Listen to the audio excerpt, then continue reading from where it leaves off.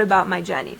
There are two ways to get to Skardu from the rest of Pakistan, and let's take Islamabad as an example. You can either fly or you can take the road. Look, I'm not gonna lie to you. If you take the road, it's gonna be a really long journey, probably about 20 hours, and that is without the possibility of landslides.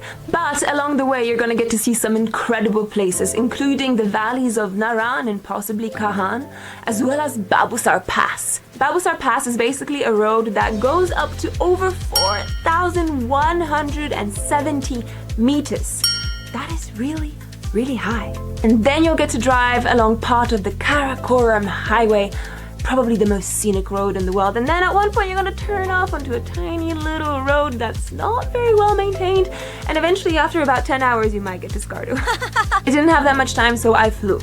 Here's the thing about the flight. It set me back $200 for a 1-hour flight. And that's all because there is only one airline serving this route, which means they basically have a monopoly. Doesn't matter, ultimately the views out of the window more than made up for it. Lovely. You fly into Skardu among some of the world's most majestic peaks, and you land at what is probably one of the most scenic airports in the world. I am not exaggerating.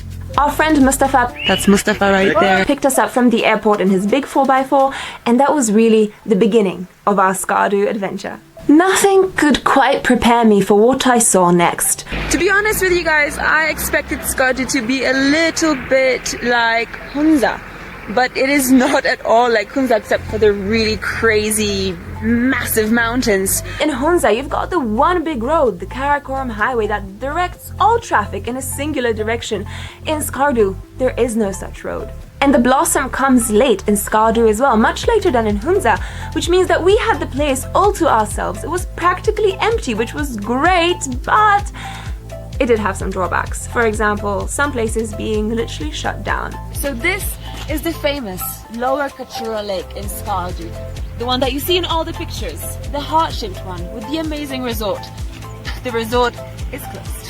You just get on with it and you find alternatives. This is Upper Kachura Lake.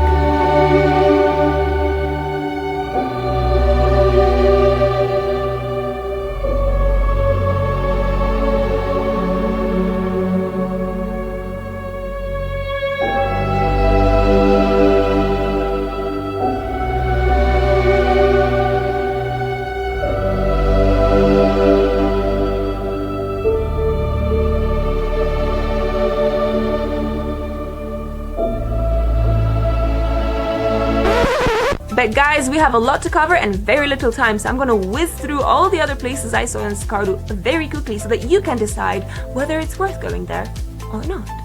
After Upper Kachura Lake, we decided to make our way towards Shigar Fort. On our way to Shigar Fort, out of the corner of my eye, out of the window of the car, I caught a glimpse of a place that looked really quite interesting. So we had to take our 4x4 and drive down this really tiny little dirt track until we got to a place that looked like a pasture in the middle of the mountains, right by a winding blue river.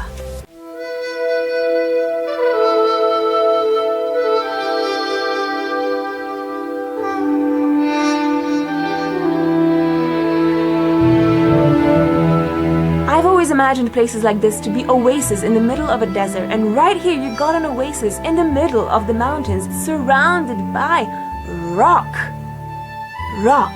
Inhospitable, inaccessible rock.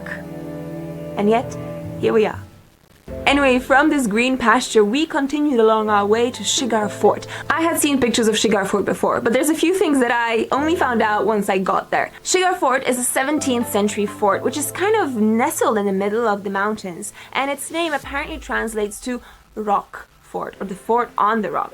It was recently restored by the Agahan Foundation, and now there is a really lovely boutique hotel in the fort. So yes, guests can actually stay inside the fort, in the fort rooms. Isn't that cool? But it is quite pricey, so not really for most people's budgets. From Shigar Fort, we continued along the way towards Mantoka Waterfall. It was a good couple of hours before we got there because the road is really quite bumpy, and although the drive is really slow, it is oh so scenic.